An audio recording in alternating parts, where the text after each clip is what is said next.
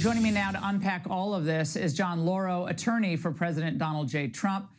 He was there in the courtroom today. John, they want this trial to be speedy. This was repeated all day long on the other cable networks. They want it to happen before the election. What does that tell you tonight?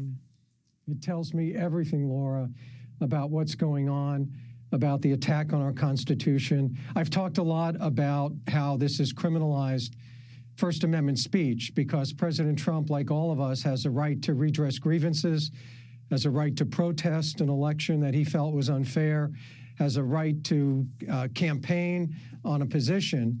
And they've attacked that right, not just for President Trump, but for everyone. But now, today in court, which was a very terribly sad day, they're attacking other parts of the Constitution because they want to take President Trump to trial in a few months. They want to deny him his Sixth Amendment rights to counsel, to give me and my co-counsel Todd Blanche an opportunity to prepare. They want to deny President Trump his due process rights to look at documents, to get witnesses, to use our subpoena power.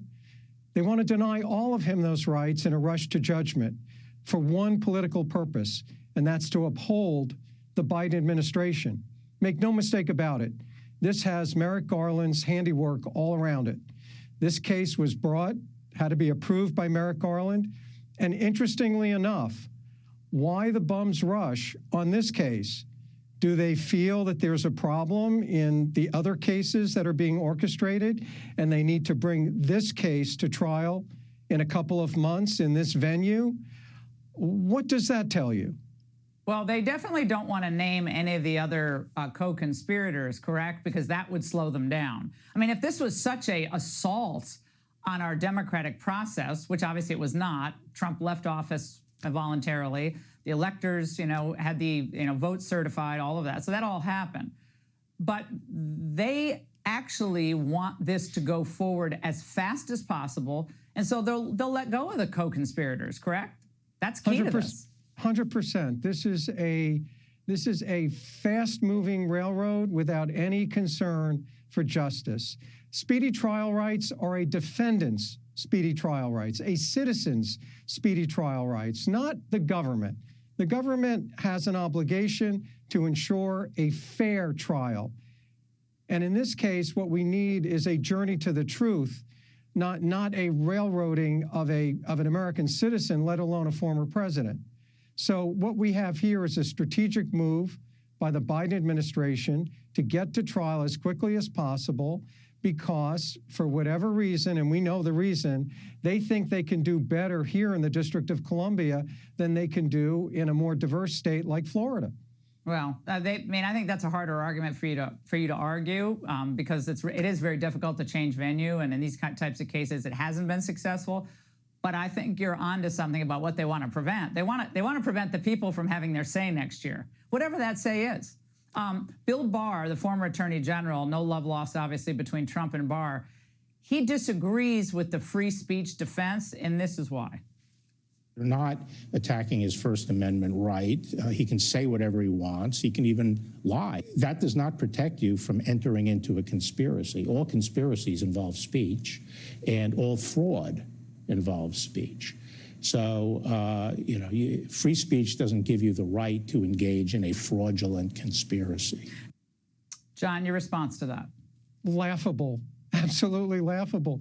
What's the fraud? Tell me what the fraud is. What's the fraudulent speech? Donald Trump, President Trump, was out in the open petitioning the state legislatures, petitioning the courts. There was nothing fraudulent going on. This is absolutely protected First Amendment speech. For Mr. Barr to say that is a complete and utter ignorance of what the basic law is with respect to freedom of speech. The First Amendment protects not only speech, but it protects the right to protest, and it protects the right to petition for grievances, which President Trump did. To characterize this as fraud when there's nothing being done in secret, there's nothing being hidden, there's no deceit. Hanging it all. Yeah, John, they're hanging it all, or a lot of it, on the supposed conversation between Pence and Trump that Pence took contemporaneous notes of, where Trump said, "You're too honest," I'm paraphrasing, but you're just too honest. But I mean, well, to me, that's just a throwaway line. That doesn't prove anything. But man, they're hanging a lot on that one phrase. Good luck. I'm ready for them at trial. I can't wait. But something about the conversations between Mr. Pence and Mr. Trump. President Trump was getting advice from an esteemed constitutional scholar as to an array of options that he could take in light of the discrepancies and what was going on in 2020.